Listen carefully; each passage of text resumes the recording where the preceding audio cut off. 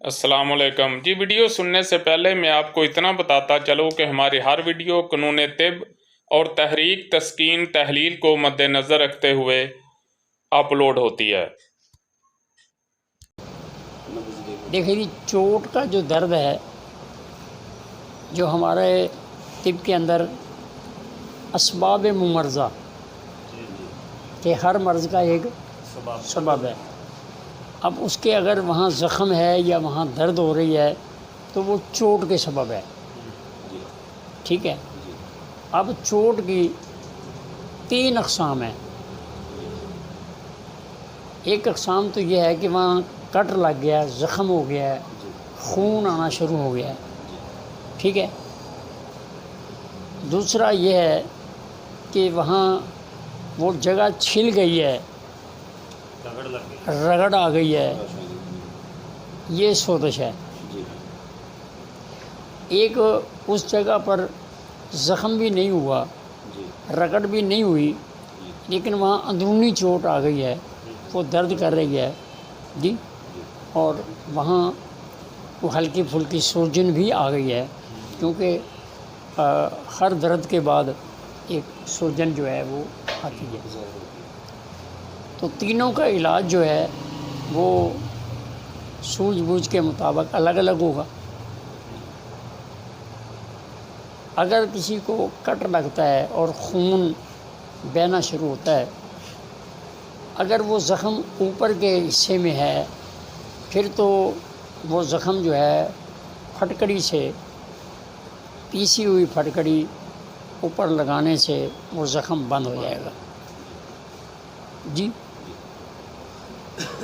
پہلے وقتوں کے اندر یہ ٹانکے وغیرہ نہیں لگتے تھے، وہ بھی عضلاتی صابی یعنی خشک چیزوں کا سہارا لیتے تھے، یعنی پھٹکڑی اوپر باندھی ہے، اس کو کس کے باندھ دیا ہے تاکہ خون وہاں سے نہ نکلے، تو وہ ایسا ایسا وہاں خشکی پیدا ہو کے جہاں وہ زخم ہے وہاں یوں کہہ لیں کہ خون جو ہے وہ جم گیا ہے، اب وہ پیچھے والے خون کو نہیں آنے دے رہا، وہ اس کا معاملہ۔ یہ اس کا علاج عارضی ہے۔ جب اس کا خون بند ہو چکا ہے پھر آپ نے وہ علاج اس کا نہیں کرنا، پھر آپ نے اس کے اوپر چکناہٹ دینی ہے، گرمائش دینی ہے جی، چکناہٹ بھی اور حرارت بھی۔ مثلا آپ نے سرسوں کا تیل، اس میں ہلدی ملا لی ہے اور اس کو آپ نے اوپر لگا دیا ہے، یوں سمجھے کہ آپ نے چکناہٹ بھی دے دی ہے اور ہلدی سے حرارت بھی دونوں۔ اس کے ساتھ اگر فرضی طور پر یوں کہہ لیں کہ اگر آپ نے سرسوں کا تیل نہیں لیا، آپ نے دیسی گھی لے لیا ہے، آپ نے زیتون کا تیل لے لیا ہے جی، تو آپ کا وہ مسئلہ جو ہے وہ حل ہو جائے گا، اسی ترتیب سے ہو جائے گا۔ پہلے زمانے میں اطباء کرام خشک دوائی کے طور پر ایک اور چیز استعمال کرتے تھے جس کا نام ہے دم الخوین۔ دم الخوین سرخ رنگ کی ایک دوائی ہے، تو وہ بھی اندر زخموں کو ٹھیک کرنے کے لیے، لیکن وہ اکثر گدی زخموں کے اندر وہ زیادہ دیتی تھی، وہ اندرونی طور پر۔ تو چوٹ کی بات ہو رہی ہے، چوٹ کے لیے فوری خون بند کرنے کے لیے آپ نے عضلاتی صابی، خشک دوائی، پھٹکڑی وغیرہ، اور اگر آپ کے پاس کوئی چیز نہیں ہے تو آپ کسی چیز کو اگر کپڑے کو جلا لیتے ہیں، اس کا مزاج بھی وہی بنے گا جلی ہوئی چیز کا، تو آپ وہ بھی اس کے اوپر لگائیں گے تو اس سے فائدہ ہوگا، وقتی طور خون اس کا بند ہوگا، اس کے بعد اس کا آپ علاج دوسرا جو ہے وہ تری اور گرمی والا کریں گے۔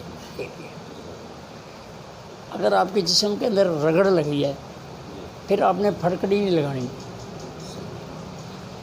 جی، پھر آپ نے صرف حرارت اور رطوبت دینی ہے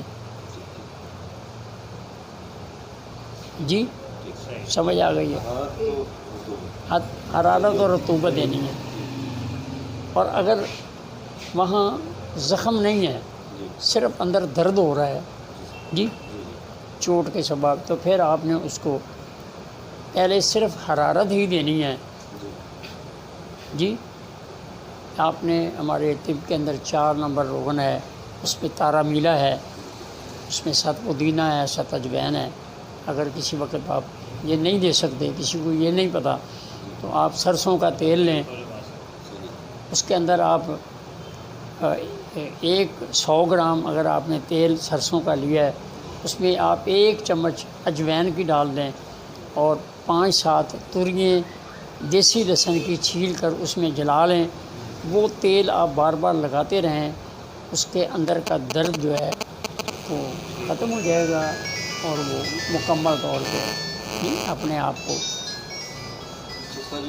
سر پہ چوٹ لگ جاتی ہے، اکثر باہر سے آ جاتا ہے جی وہ سوج جاتا ہے، وہ باہر سے آ جاتا ہے، گڑبڑ بنتا ہے، تو یہ اسی میں شامل ہے جی جو میں کہہ رہا ہوں. آپ نے اس کو حرارت دینی ہے. جی ہاں. تو تینوں باتیں آپ کی سمجھ میں آ گئی ہیں جی. اگر آپ کو ہماری ویڈیو اچھی لگی ہے تو سبسکرائب کریں، شیئر کریں، لائک کریں، اور سبسکرائب کرنے کے بعد گھنٹی کا بٹن جو ہے اس کو دبائیں تاکہ ہماری ہر ویڈیو آپ تک پہنچتی رہے اور آپ طبی معلومات حاصل کرتے رہیں. وما علینا الا البلاغ.